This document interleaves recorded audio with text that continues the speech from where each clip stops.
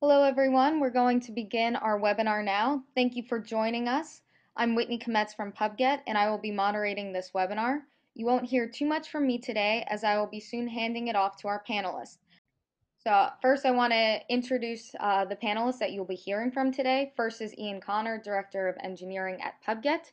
Anit Das, a developer at PubGet who works primarily on paper stats, which we will be discussing soon, and Ian Palmer, Head of Marketing at Reprints Desk.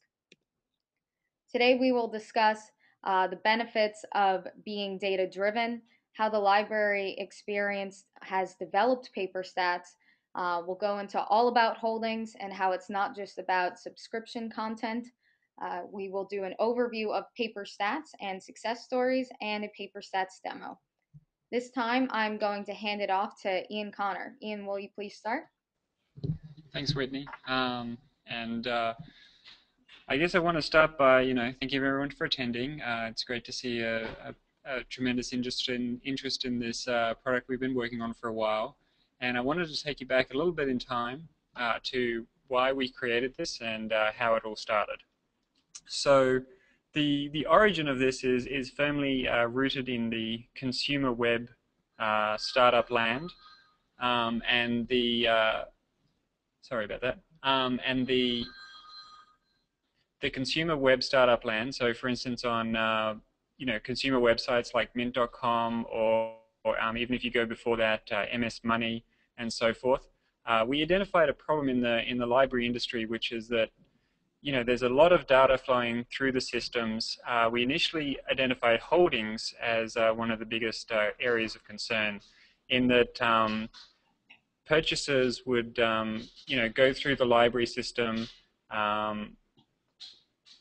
Packages would change around, and as a result, the library was sort of inundated with, different packages and different, holdings moving between different publishers. So it became a big problem for people maintaining link resolvers and sort of maintaining their holding systems so that users could actually find the content. So we initially went out to market and went to the librarians and said, look, we've identified this as a problem with your systems. How can we help? And we've created a presentation around solving that problem. And after talking with quite a few librarians in both the academic and the corporate spaces, we found that while the holdings was a problem, statistics and actually deciding what to put in the bundles and which bundles to purchase was actually a deeper and a harder problem for the collections librarian and also the corporate librarians. So we sort of went back and looked at it and said, well, how can we help? We developed some automation technology around, determining which holdings, and we expanded that to include statistics. And the goal here is, we've got the slide up there showing Mint.com. As some of you may have used that service, it's essentially a aggregator of your banks and your credit cards, and you can even put in other things that you own, like cars and expensive items. So it really kind of tracks your finances. And it has a whole series of alerts in there around your spending and what's going on in your various accounts. Now, this is actually surprisingly similar to how many librarians operate with their subscriptions. So they will want to know, which journals are getting the most use, how am I effectively spending my money, and when you move into the areas of document delivery, are there certain journal and subscriptions that I could be getting to save money on document delivery. So the process was to create a system that would, securely manage this and keep it safe, and also provide the access to the actual librarians. The other point of it is we saw a shift in the pressures that corporate librarians especially were getting from their managers and so forth, is that they were maintaining these collections based on industry knowledge, what the heads of the various departments and what the researchers were wanting. However, they were having to explain this to managers and people higher up in their organization that didn't necessarily have scientific backgrounds, but were more finance driven. So by adding the ability to upload invoices from the various publishers and hooking into document delivery services, just like Reprints Desk, where we could pull in the amount of spend, suddenly defending your content became exactly the same language that the managers were expecting, which is in terms of cost per view. So suddenly you could see your your budgets equaling good research very, very clearly. And we saw that as a shift from sort of eminence-based, which is very popular in the scientific world, to move from eminence-based to evidence-based. And we see that also true in the library world. So we can do the next slide. So, you know, how do we do this is really about going out to the various publisher sites, pulling in the statistics into a consolidated system. And the issue that many of you who've had to go off and do this process is, you know, there's various formats, there's various, you know, some people provide it in XML, some people provide it via the sushi protocol, some people have CSVs, some people are counter compliant. You know, there are certain providers that are not entirely counter compliant, but still provide enough data for you to make decisions that are around your budget. So managing this process and putting it into a clean format that you can then analyze across all the different publishers is kind of the core of what was needed and what was built inside of PaperStats. So the idea is to put PubGet and the PaperStats service in the middle here so that the librarian can make the key decisions based on the holdings, what holdings to purchase, what holdings are working, what document delivery is working for them, what, you know, maybe could be optimized around moving documents to, you know, subscriptions to document delivery versus having it inside of a subscription.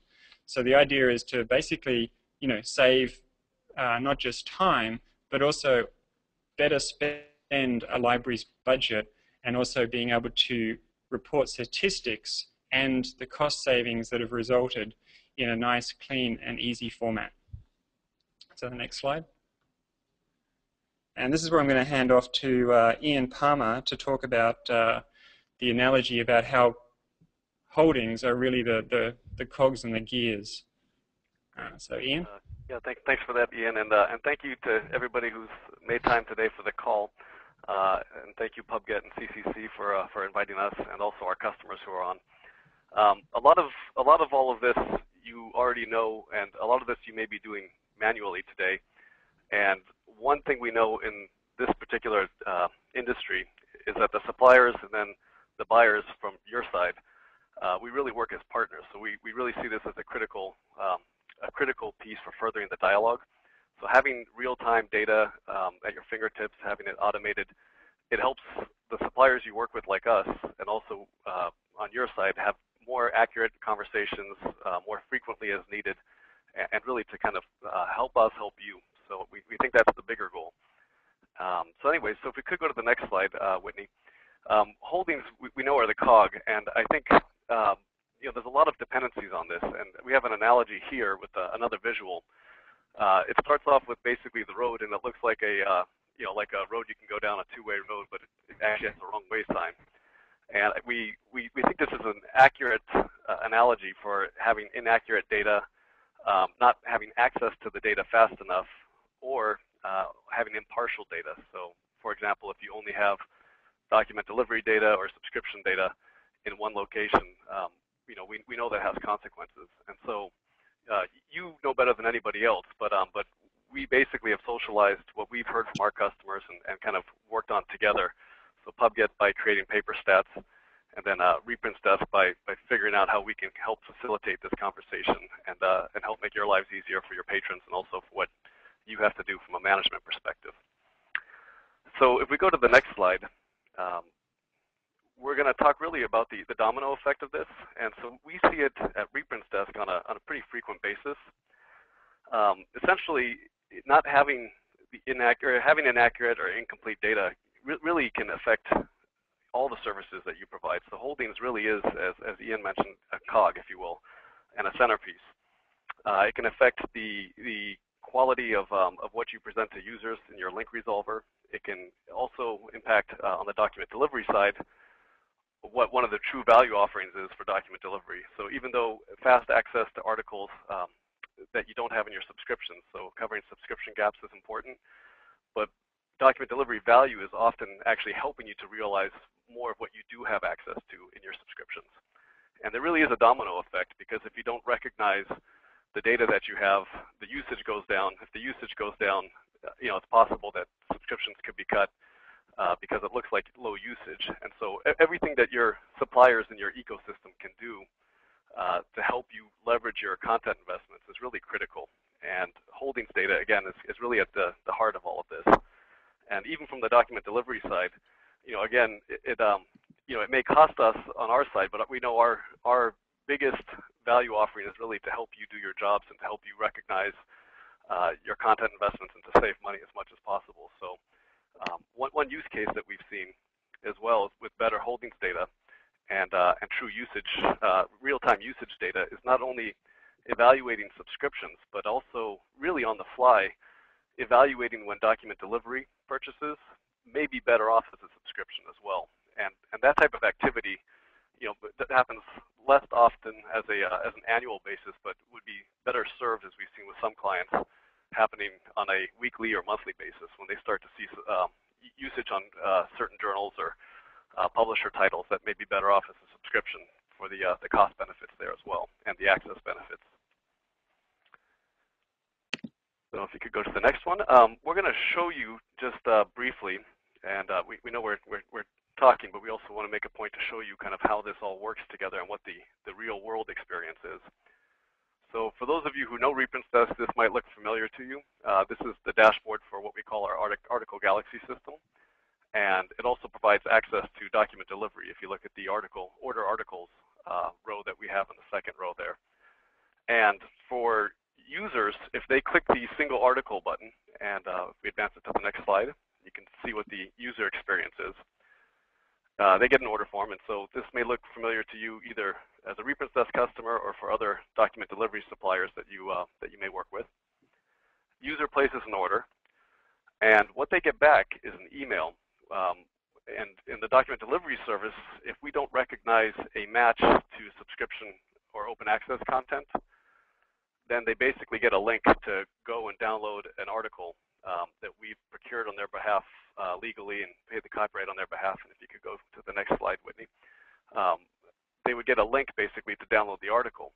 However, again, one of the true value propositions for document delivery is to help you not do document delivery. So when we can find a match for content that you should have access to without executing a document delivery request, if we have accurate holdings data, we can actually match the orders against your subscription content and open access content. And what you see here is an email where instead of a link to a download page for an external fill, this would be a link to subscription or open access content like you see in this example. And so the user experience really is optimized because it's a single user experience in the document delivery case study. On the back end of things, though, there's a real financial benefit, again, from having the utilization of content investments that you have, but then also from the savings by not going out and performing a document delivery request with a company like Reprints Desk or others. And the net impact of that essentially is greater usage, really more accurate subscription reporting and statistics, and then obviously, in this case, less document delivery costs, which we know is a welcome thing. So from our customers, we get that feedback all the time. And if we go to the next slide, and of course the other benefit is time savings. And we realize that that nothing is perfect. It requires constant evolution. And so with the services that we basically work on and integrate between different suppliers on your behalf, essentially this can be a big time savings. And we know that that all of you on the call are experts at what you do. The question is, can the process be optimized, or can you save more time? And we know you're very good at what you do, but what we try to look for is how can we help you, make things even better or more efficient, if you will.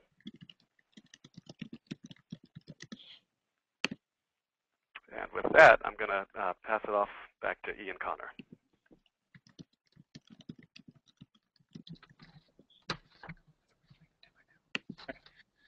Thanks, Ian. It's not too confusing having two Ians on the same call, but I think we'll survive. So what we're looking at here is we're about to launch into a demo of the actual paper stats. But what we're really trying to just drive home with this demo is just how we can pull together all this information from all the different statistics as well as the holdings. So when you're looking at the demo, just be thinking about how we're pulling in all the information from the various publishers and how much time that takes to do it manually. And we are the only solution on the market at the moment that actually does this with computers, as opposed to maybe outsourcing and giving it to somebody at in an outsourced country to download that for you. So at this point, we're going into the demo.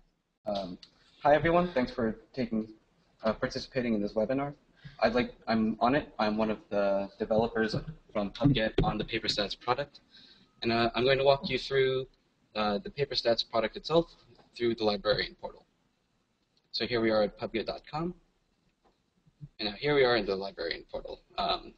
Let's pretend I'm a librarian at Best Medical School, and we want to live up to our name. So the first step in kind of the PubGet world of managing your subscriptions is the logins. And so here I've kind of filled these in with kind of filler usernames and passwords, but these would be the list of platforms that you subscribe to, as well as your username and password, so our technology can go out and gather your reports. So we can show you how to add a login. So we have a number of platforms, quite a large number, I should say. And if there is one that you don't find on this list, our team is generally good at being able to develop and turn around a new platform within about a week. So we're really on top of this stuff. So I'm just going to add a sample.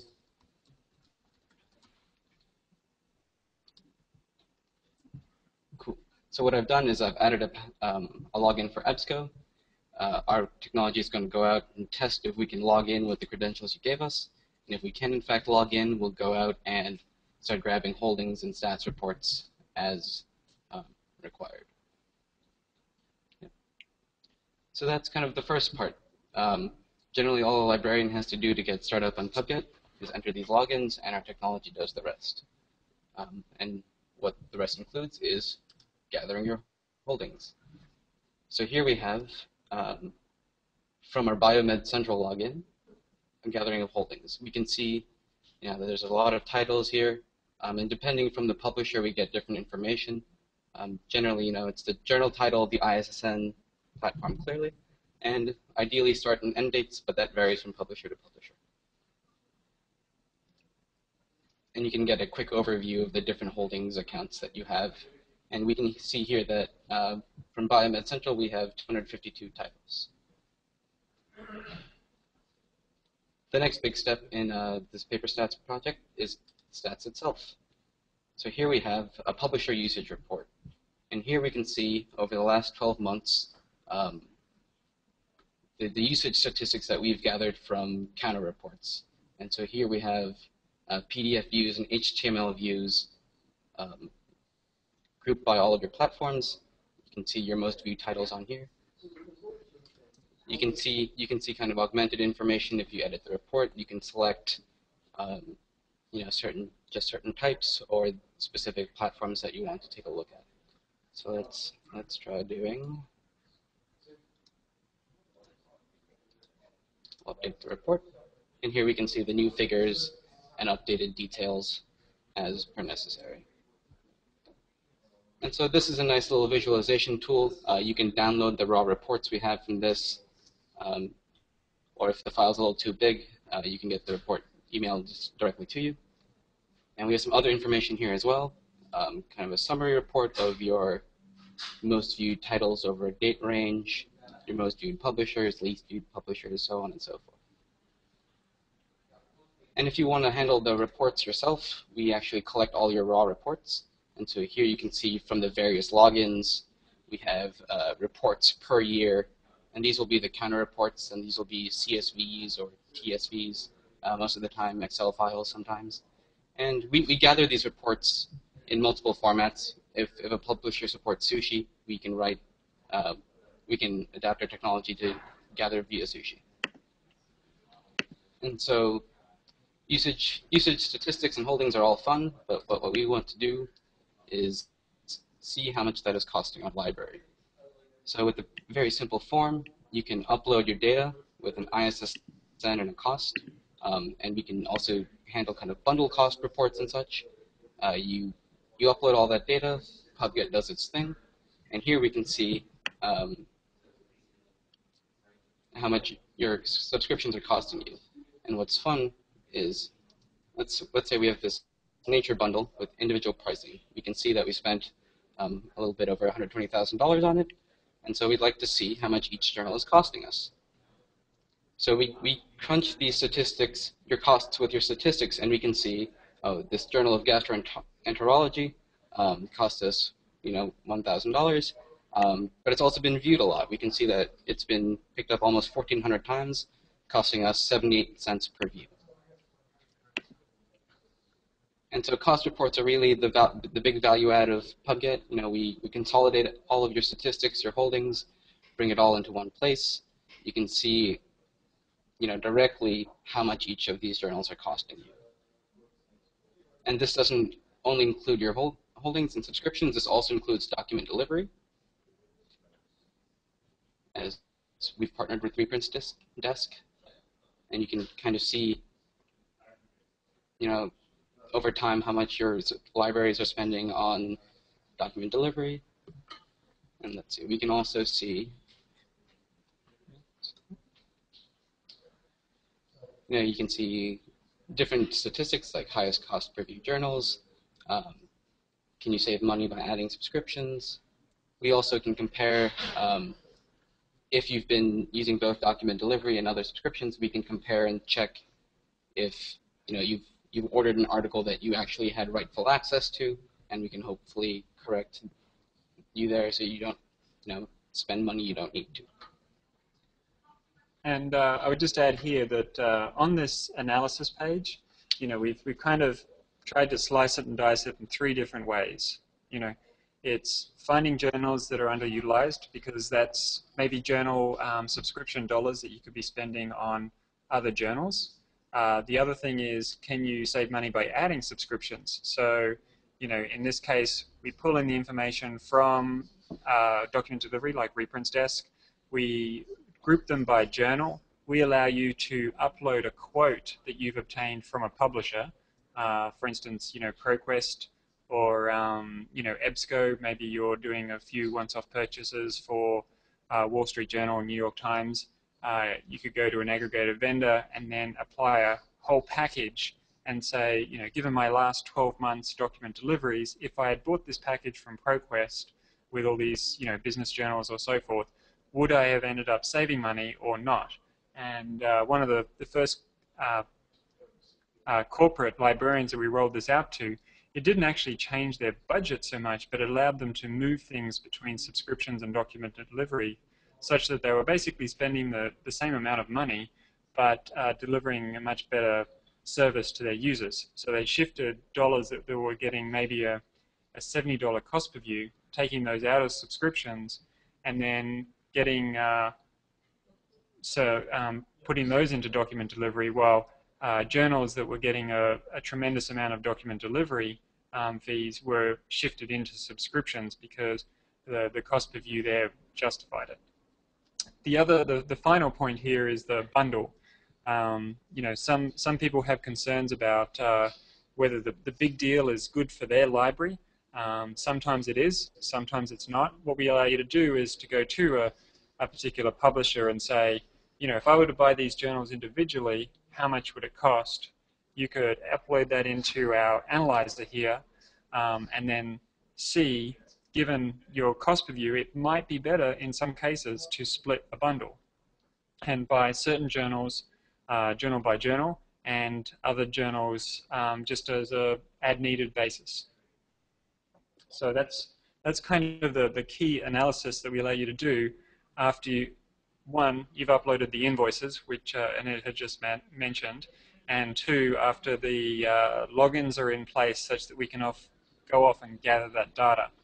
The final piece was, to Ian's point around getting these holdings is so crucial to ensuring that your document delivery doesn't happen out of subscriptions. I mean, it's kind of almost the worst thing you can do, which is go off and pay money for a subscription and then go and buy those documents on a case-by-case basis because of the holdings are so hard to keep up with.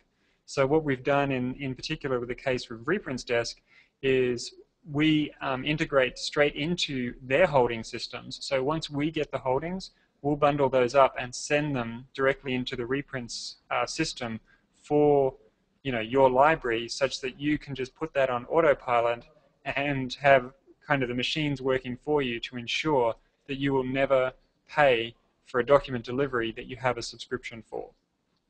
So I guess that's the final piece of automation is not only are each of these screens useful to you as a librarian, but we also follow the motto that machines where possible and humans where necessary. Each of these screens that you see can be exported in CSV, and we have integration hooks with various partners where we will actually provide that upon your request on an automatic basis into their systems, including IP ranges and so forth to ensure that the automation is carried throughout all the library systems that you need it to. Okay, so on this point here, this I spoke briefly about before the demo, but I would just add one more point here, which is that this blue area down here, where we looked at how much time an average corporate librarian will spend gathering holdings, and it doesn't take too much math to figure out that when you go through each of the individual logins, you're going to download at least one report, and then on the counter and the statistics side, sometimes the reports that you need are not necessarily calendar. Maybe your financial year starts in July or June or so forth, so you need to maybe look at an academic or a fiscal year that's different than a calendar year. So suddenly to pull information together, you're doing like mergers in spreadsheets and so forth. So we did a quick survey to indicate that you're saving 200 or more hours per year, which is about 6 full weeks of your time. So we can go to that. This slide is really kind of emphasizing the point that Annette made during the demo, when you can actually sort on the various columns. So it's one thing, I often joke that people don't really want statistics. Nobody likes statistics. But what we do is we want the information that statistics give you, and that is when you start marrying it up with the cost information, and you can upload a cost per ISSN, and then we can combine that with the actual usage for the year.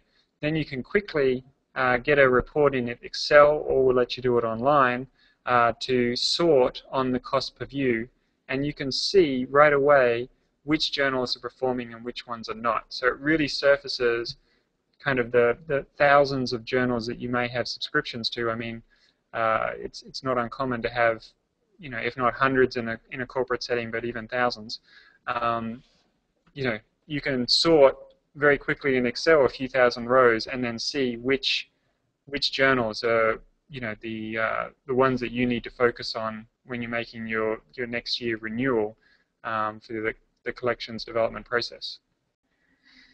And then what we're really trying to push forward here is this idea of, because we have tied it with document delivery, I won't say anything more than just quickly what's on the slide, is that being able to balance between document delivery and your subscriptions is crucial. Especially when you're talking with the managers and so forth that are in charge of the library budget. It's one thing to foresee savings by dropping subscriptions, but that's only half the equation, because all that will do is push your researchers or analysts out of subscriptions and into cost per view. So they're really the same, even though they're coming from different vendors, it's the same budget and the same logic should be applied to the collections decisions. And optimizing your holdings budget has to factor in document delivery, and that's why we've included it in the stats tool. Talking about the holding side now, we've done some surveys where what we've done is we've had various libraries. In this case, we have permission to share some academic libraries. We have done this in the corporate space and see similar results, although we just haven't been provided the permission to share the names. But we found that when you get holdings via automation and you take the human out of the loop, the quality goes right up. And that really translates to more subscriptions that are visible for your users. And these are just some numbers to prove, just taken from 2 schools that we did a survey on. This one is a top pharmaceutical company that has presented on our behalf, but we can't share the name directly. And this one is a case where we found $200,000 in their annual budget that wasn't being spent as it best could be. And we actually made some, the tool made recommendations that they followed up on and shifted around $200,000 of their budget and dramatically increased their document viewership by their researchers. So it really can make an impact. In some cases, you may be wanting to save the money, in which case you save it. But what we found more often than not is people are just wanting to try and, as the librarian, make sure that they deliver as much value to the organization as they can, given the budget they've been given. And that's and the optimization process can have a dramatic difference in your budget. So some of you may know, PubGet from fetching PDFs right away, going off to the various publisher sites, bringing it together for the user by delivering PDFs from, Wiley, Elsevier, or Highwire, or Nature, or EBSCO, or ProQuest journals. What we've done here, and what the point is here, is that we've taken that same sort of agnostic view of the universe and the automation to apply that to your logins so that we can bring to the library that same sort of all-in-one experience that we've been giving our users. All right. Thank you, Ian. Since we've moved the demo up in the presentation order, I want to just ask Ian Connor, Ian Palmer, and Anit Das if you guys have any concluding remarks before we move into the question and answer session.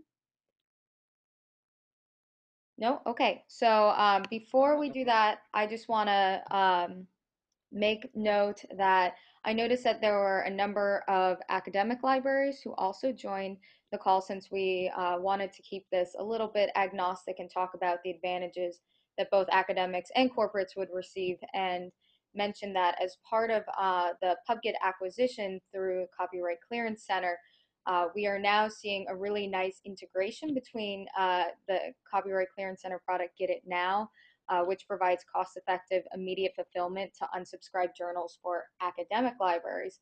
So if you have questions about that and how it works into PaperStats, please let us know after the presentation concludes, and we can let you know more about that information. And now I'm going to move into the question and answer session. If you didn't get a chance to ask a question, or if you think of something afterwards, please email us at marketing@pubget.com. We'll direct your question to the specific panelists if you indicated one. If not, we'll direct it to all of them and respond to you via email. But first, I'm going to ask a couple of questions. One is, during the demo, you mentioned something about an article being viewed in terms of usage statistics. What does view mean? Are you considering it when a full text is read, or does it include when folks look at the abstract? Is it PDF or HTML? What does view mean in terms of PaperStats? I can answer that one. This is Ian at PubGet. The view statistic comes directly from the publisher's report. So it really just does mean full text as you would see inside of a counter report. It's, often we get the question in terms of, because they see PubGet delivering PDFs and they see that PubGet is medically focused, and they think, are you limited to just medical statistics that you yourself generate? And the answer is no. We will go off and gather statistics from any of the supported publishers, which, as I mentioned, a few include business and finance and sociology and various non-medical fields. Basically, anybody who produces statistics for a serial, so it has an ISSN, we will grab the statistics for that.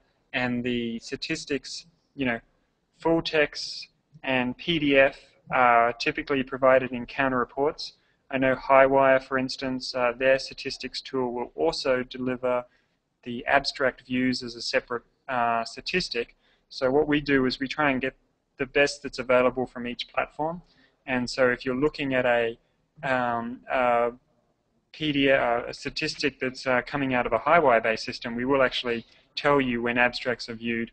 But the counter standard pretty clearly says that abstract views are not full text views, and so the abstract views are definitely not counted in the HTML and PDF views. Different publishers have different landing pages. The counter standard suggests to the publisher that they should always direct people when they come in off a link resolver to the abstract page, and then let the user pick whether they go to the HTML or the PDF. Then when they click on that, they will actually get the statistics count from whatever they click on.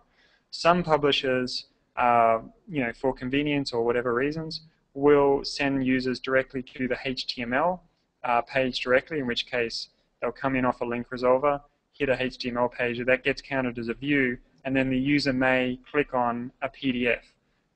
That will vary platform by platform. I know, for instance, MD Consult will not count that second PDF view as a second full text view. Some publishers do, some publishers don't. If you do have questions around which is which and how to make your best collections decision, we do have recommendations for the various publishers that we can share. But typically, if you do stick to PDF views, that is a very good indication of the total full text viewership that your users will see, because we find that PDF is gracefully known as the worst standard except for all others. So people do tend to default to that standard, even though the HTML does provide you supplementary info and information that's not in the PDF. It does tend to be what users at this stage still gravitate towards. Okay, great. So we had a couple of questions around both interlibrary loan and document delivery. You mentioned Reprints Desk, and it's quite clear that we work with them and Get It Now. What about if someone uses another document delivery provider? Can we still track document delivery costs that way? And what if someone does not use Get It Now, but does get interlibrary loan documents through reciprocal agreements with other universities? Can PaperStats track that? So we do, we will integrate with other providers. We have integrated with InfoTreeve, I know that for a fact. We do have the ability to pull in information from Get It Now. We also, if you enter in your OCLC login, we are able to and have for a couple of academic libraries pulled in their interlibrary loan requests from OCLC's system. We have not successfully or actually been requested to pull in interlibrary loan from other systems. So so something we could definitely look at depending on the system and how automated the information is. But if the data's there, we will try to get it for you. Okay, and I think you may have covered this during the presentation, but maybe we can make a finer point on it. How do you handle other publications besides journals where counter stats are not available? So so we are working towards adding other types of statistics. What we've heard from the market is focus on databases first, and then e-books a very close second. So we're, I think, Whitney, I'll let you talk to the product direction in that regard, but we are definitely working on it from a technical point of view. Yep, and in terms of product direction, we really care about our customers, and so we let there's a number of forces, including market forces, which drive product development. But one of the most important, if not the most important, is what our customers need to be successful and get the most use out of this product. So another question about Counter. So Counter has multiple reports. Does PaperStats provide additional analysis on the new turnaway reports from Counter? No, we have not looked into the turnaway reports. I do have a couple of pending questions with our contact, as we are a Counter member. So I do have a couple of pending questions around exactly what and how to show turnaway reports. So whoever asked that question, please send us an email, because that is something we are interested in learning how the turnaway reports can be useful. Yep. My understanding of turnaway reports is if you buy 4 seats at the table and a 5th person comes along, that is a turnaway. And I worry that a lot of people think turnaways mean that someone tried to look at a paper but they didn't have access, and it's a way of developing collections development. But from my understanding, and I hope I'm not wrong on this webinar, but my understanding is that it's not something that we can use for collections development. So, but yeah, if that person does ping me, happy to dive into it in more detail. And if we're wrong and it's an excellent source for collections development, we definitely want to look at it. And just to be clear to anyone who has asked questions, since we're seeing a lot coming in, we will follow up with all of you. Even if we think we answered your question, we will follow up with you afterwards, just to ensure that you got the answer that you were looking for and that everything makes sense. We've got a number of questions. I'm going to ask a couple more, and then we're going to end it. And like I said, anyone who asks questions, we will get back to each and every one of you. So the one of the last questions here, we've talked about PubGet paper stats in large academics and in large corporate environments, such as large pharmaceuticals. Does it show to be as cost effective for smaller sized institutions with smaller budgets as it is for larger corporate or academic institutions?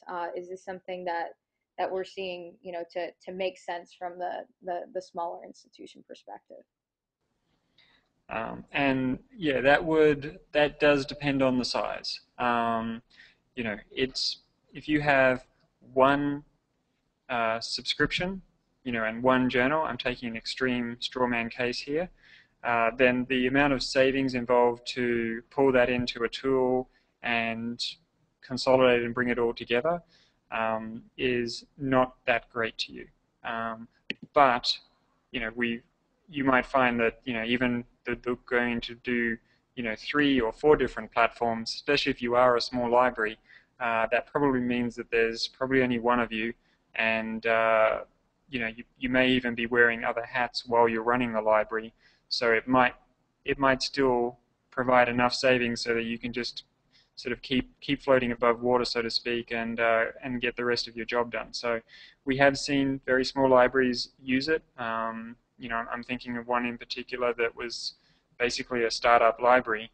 They were starting a medical school, and they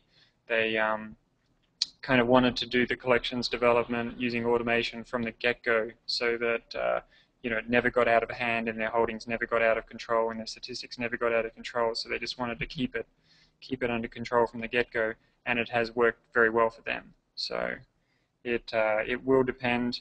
If you're asking, obviously pricing questions, we would definitely have somebody who would love to have a chat to you about that and try and make it fit within your budget. So great, that's how I'd answer that.